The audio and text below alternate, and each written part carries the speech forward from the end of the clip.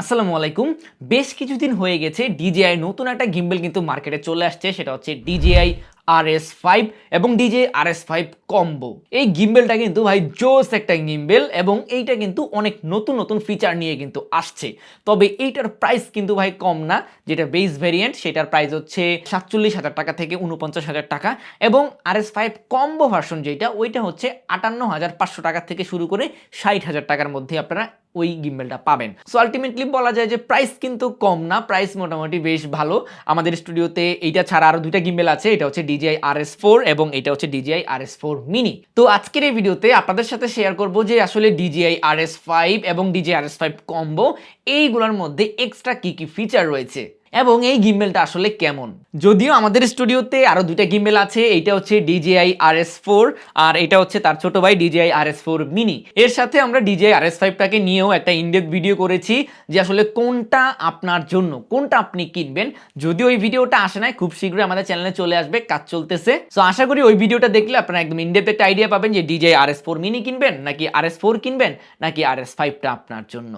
যাই হোক, ওই বিষয়ে কথা না বলে আজকে চলেন আমরা DJI RS5 এর কিছু এক্সট্রা যেই ফিচারগুলো আছে ওইগুলো নিয়ে কথা বলি। আচ্ছা, প্রথমে আসি স্টেবিলাইজেশনের জন্য, কারণ আমরা গিম্বেলটা কিনে আমাদের ফুটেজগুলো যাতে স্টেবল থাকে, ক্যামেরাটাও যাতে একদম স্টেবল থাকে, তাই না? সো DJI RS5 এর মধ্যে 5th gen RS stabilisation use করা হয়েছে।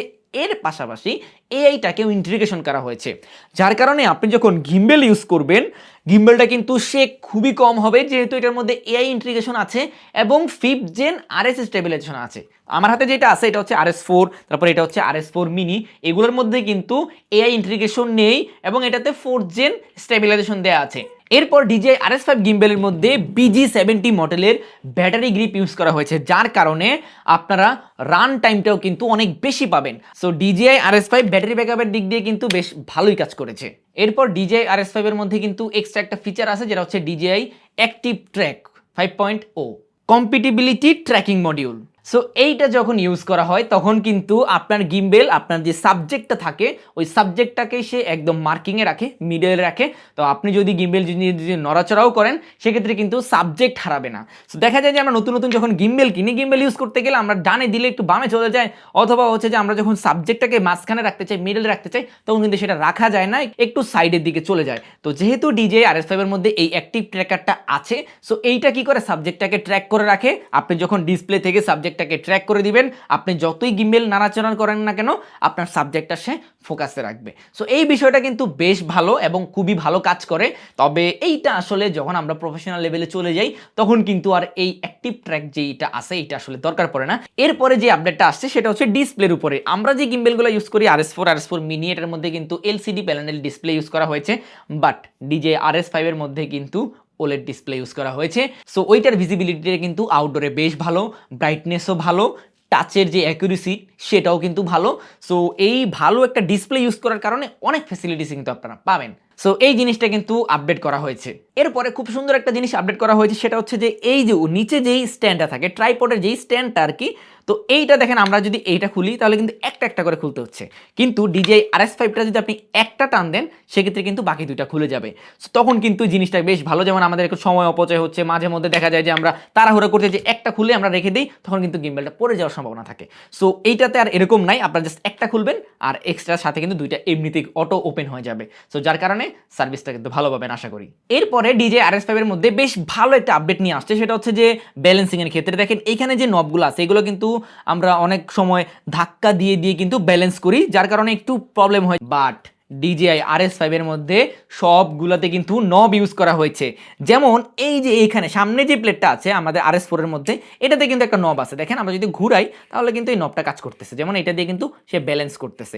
বাট DJI RS5 এর মধ্যে সবগুলা অ্যাক্সিসের মধ্যে কিন্তু নব ইউজ করা হয়েছে, যার কারণে আপনি খুব ইজিলি এটাকে ব্যালেন্স করতে পারবেন, ইজিলি একদম সুন্দর মতো করে আপনি সেট আপ করে নিতে পারবেন, যেটার কারণে গিম্বেলের মধ্যে এক্সট্রা কোনো প্রেশারও ক্রিয়েট হয় না এবং এটার কারণে আপনি খুব দ্রুত গিম্বেলটাকে সেট আপ করে ফেলতে পারবেন, যেটা বেশ লাইফ সেভিং একটা ব্যাপার আর কি। তারপরে আপনারা যদি DJI RS5 এর কম্বো ভার্সনটা নেন সেক্ষেত্রে এক্সট্রা একটা ব্রিফকেস কেস পাবেন। হ্যাঁ, এই যে এখানে ধরার মতো ব্রিফকেস একটা হ্যান্ডেল পাবেন, বাট এই গিম্বেলের এক্সট্রা যে হ্যান্ডেলটা আছে এইটার মধ্যেও জয়স্টিক দেওয়া আছে, রেকর্ড বাটন দেওয়া আছে, মানে সবকিছু এটার মধ্যেও আছে।